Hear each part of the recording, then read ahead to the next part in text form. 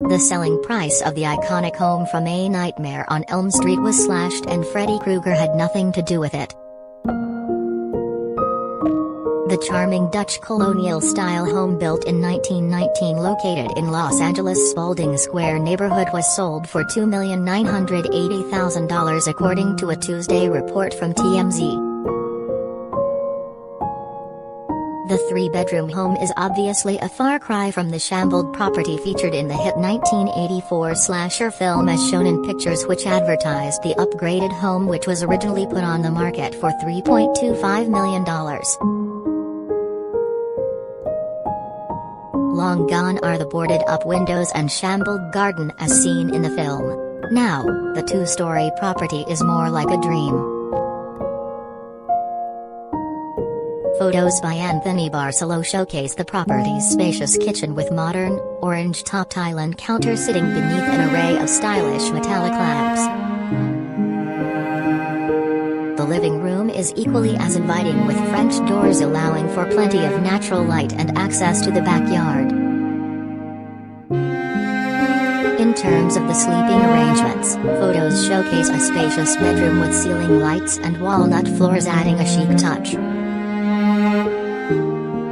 Pictures also capture several of the 4 bathrooms, including one particularly impressive one with a chic all-white interior. A massive tub sits near the edge of the room while his and her sinks face a wide mirror on the countertop. The backyard is equally as stunning, with a well-manicured yard of grass surrounding a pool. Guests of the future homeowner will be able to rest in seclusion thanks to a quaint guest house located by the pool.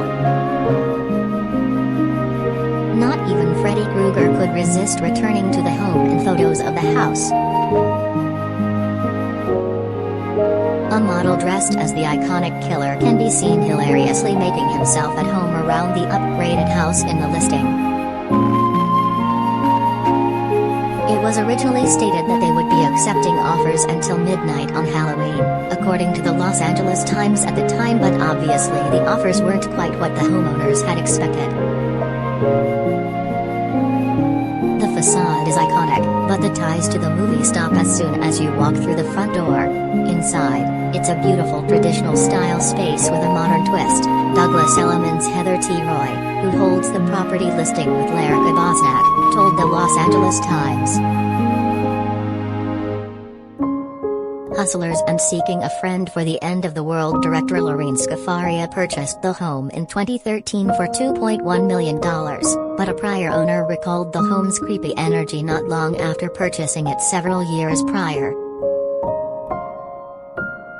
Angie Hill purchased the house in 2008 for $1.15 million and spent a year renovating the property.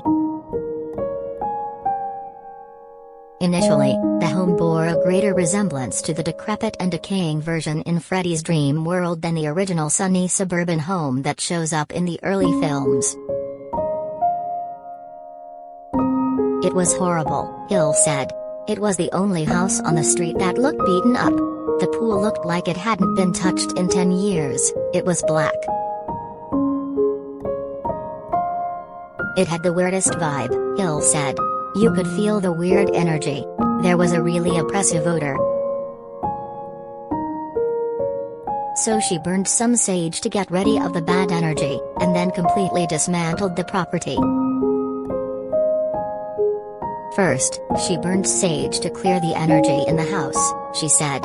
"Then, she took apart 90% of the entire home, walls, ceilings, the roof, and replaced them."